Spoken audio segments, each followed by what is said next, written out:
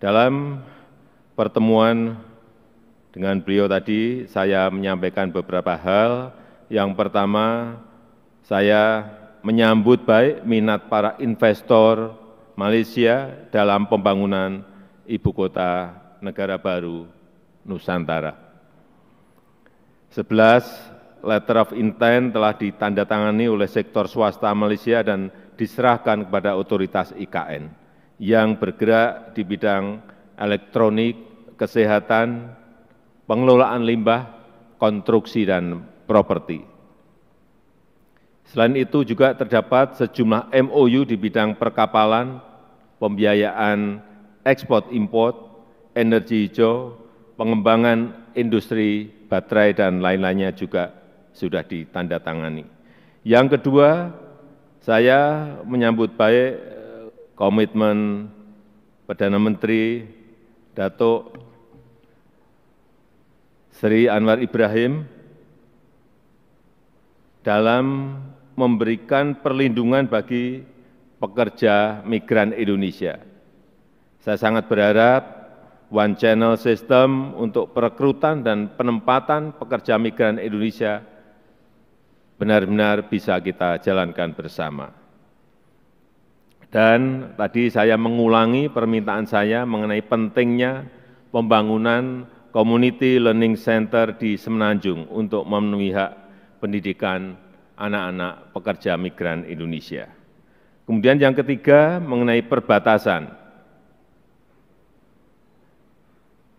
Tadi kita telah membicarakan dan bersepakat agar MOU perbatasan darat segmen Sebatik dan segmen Sinapat Sesai dapat ditandatangani tahun ini, dan juga perjanjian laut wilayah di Laut Sulawesi dan di Selat Malaka bagian selatan juga bisa disepakati tahun ini.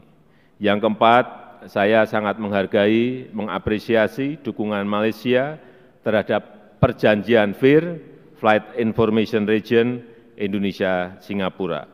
Dengan dukungan ini, proses berikutnya di ICAO akan dapat dilanjutkan. Yang kelima, kita juga tadi bersepakat memperkuat kerjasama melalui Council of Palm Oil Producing Countries, CPOPC, untuk meningkatkan pasar minyak kelapa sawit dan memerangi diskriminasi terhadap kelapa sawit. Kemudian yang keenam, kita juga sepakat untuk terus memperkuat ASEAN. Kita sepakat ASEAN harus dapat memainkan peran sentral dalam menjadikan kawasan Indo-Pasifik yang damai, sejahtera, dan stabil. Dan mengenai Myanmar, Indonesia dan Malaysia memiliki pandangan yang sama tentang pentingnya pelaksanaan 5-point konsensus. Kita sepakat mendesak junta militer Myanmar untuk mengimplementasikan 5-point konsensus tersebut. Demikian yang bisa saya sampaikan. Selanjutnya saya mengundang Perdana Menteri Datuk Seri Anwar Ibrahim untuk menyampaikan pandangannya. Terima kasih. Next, we would like to invite the Prime Minister of Malaysia, the Honorable Datuk Seri Anwar Ibrahim. Assalamualaikum warahmatullahi wabarakatuh dan salam sejahtera. Merupakan lebih saudara saya, Bapak Presiden Jokowi Widodo dan rakan-rakan. Saya tentunya ingin memulakan untuk menyatakan penghargaan yang setingginya kesudian Bapak mengundang kami ke Indonesia. Ini bukan hubungan diplomatik biasa. Saya agak sentimental sedikit dan Bapak Presiden tahu bahwa Indonesia ini ada tempat yang khusus di hati sanubari saya. Saya belajar, berpengalaman, menimba banyak ilmu, dan tadi, ya, walaupun saya sedikit lebih tua dari Pak Jokowi, tetapi pengalaman beliau itu saya sangat hargai. Dalam perbincangan sepintas lalu, tentunya saya dapat dua idea yang akan saya perkemaskan untuk dituntaskan di Malaysia. Soal hiliran atau dikatakan hilirisasi dan juga soal digital ekonomi.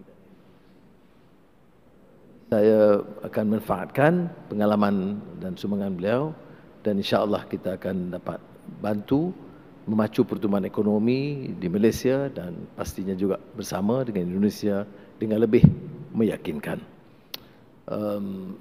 Terlalu ramai teman-teman di sini yang membantu. Ini juga agak personal sikit, Bapak Presiden. Semasa kita agak sukar, hidup dalam keadaan terombang-ambing, derita, itu Indonesia itu menyambut kita sebagai sahabat sejati. Sebab itu saya beritahu semalam pada media, itu tak mungkin kita lupakan. Ya, orang yang sedia membantu kita, menunjukkan rahmah dan menyayangi kita dalam keadaan kita itu agak tersisih, terbuang atau terlempar dari arus perkembangan di Malaysia. Jadi sekali lagi terima kasih kepada Bapak dan seluruh rakan yang menerima saya sebagai keluarga besar. Kerakyatan belum, tapi baik. Ada isu-isu yang spesifik dan saya sepakat dengan Bapak Presiden membicarakan hal-hal yang harus dimeterai dan dilaksanakan. Bila kita bicara tentang mesyuarat, coordinating committee, itu kata Bapak Presiden kepada saya sudah ratusan mesyuarat ya, dan bertahun-tahun. Jadi saya beritahu Bapak Presiden, insya-Allah kalau ini pendirian kita bersama, kita ada tekad politik yang jelas untuk menyelesaikan permasalahan basic itu selewat-lewatnya akhir tahun ini. Permulaan menunjukkan sikap kita yang terbuka dan juga private sector ialah IKN Nusantara, dan dengan inisiatif MITI di Malaysia kita telah menyaksikan semalam dan hari ini satu usaha yang lebih positif dan agresif Malaysia, kerana ada kepentingan Malaysia juga untuk terutama di Sabah dan Sarawak, ya, kedekatannya dan kepentingan ekonomi wilayah yang sangat bermakna. Rakan-rakan saya di Sarawak dan Sabah memuji inisiatif ini dan saya beritahu tadi itu inisiatif besar Bapak Presiden itu mempersilitkan saya kerana dibanding dengan apa yang saya mampu lakukan untuk Sabah dan Sarawak. Jadi oleh itu kita ambil pendekatan yang positif, itu mencari jalan supaya pertumbuhan ibu kota negara Nusantara itu akan juga memberi manfaat kepada wilayah yang termasuk Sarawak dan Sabah. Isu pekerja dan TKI yang saya tahu, ya, ini di Indonesia banyak masalah, rasa sayang pun masalah, apa lagi. Tapi Banggawan Solo tidak isu kering, saya tahu memang di Solo. Jadi kita insya-Allah akan menghindari isu-isu yang boleh merenggangkan dan meretakkan hubungan, kerana saya mahu hubungan Malaysia Indonesia itu agak kategorinya special. Dan saya harap kedua-dua menteri luar faham bahawa komitmen kita begitu rupa. Jadi soal TKI ini yang mengguris perasaan ramai rakyat Indonesia, bukan saja pemerintah.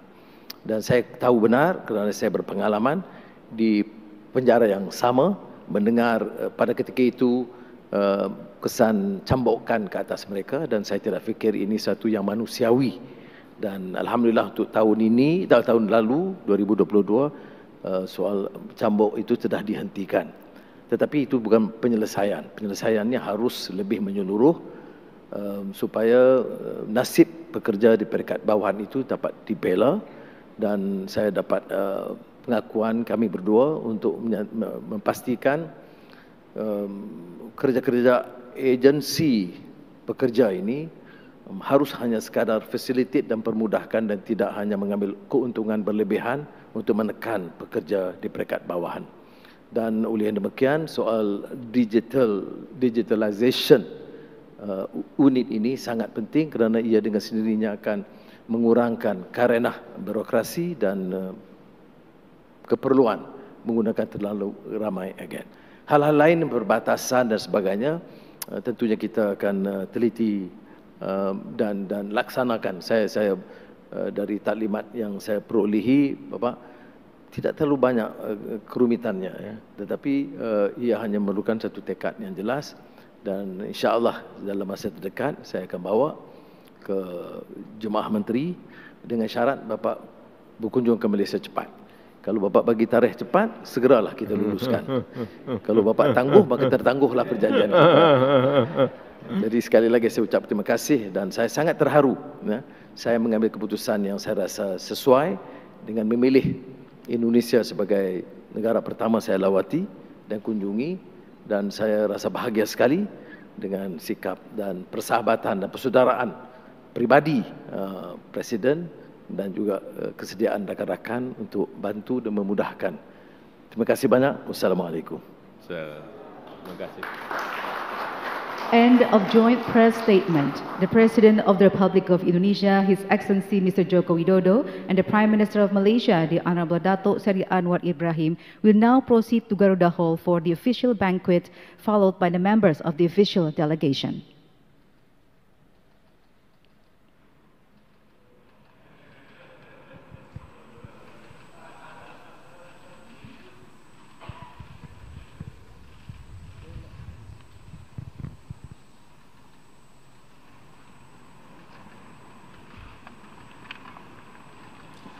Baru saja tadi kita saksikan secara bersama-sama pernyataan pers antara kedua pemimpin negara. Dan dengan begitu rangkaian acara penyambutan kunjungan resmi Perdana Menteri Malaysia ke Istana Kepresidenan Bogor telah selesai. Dari pertemuan hari ini, tadi telah kita saksikan juga telah diserahkan sebanyak 11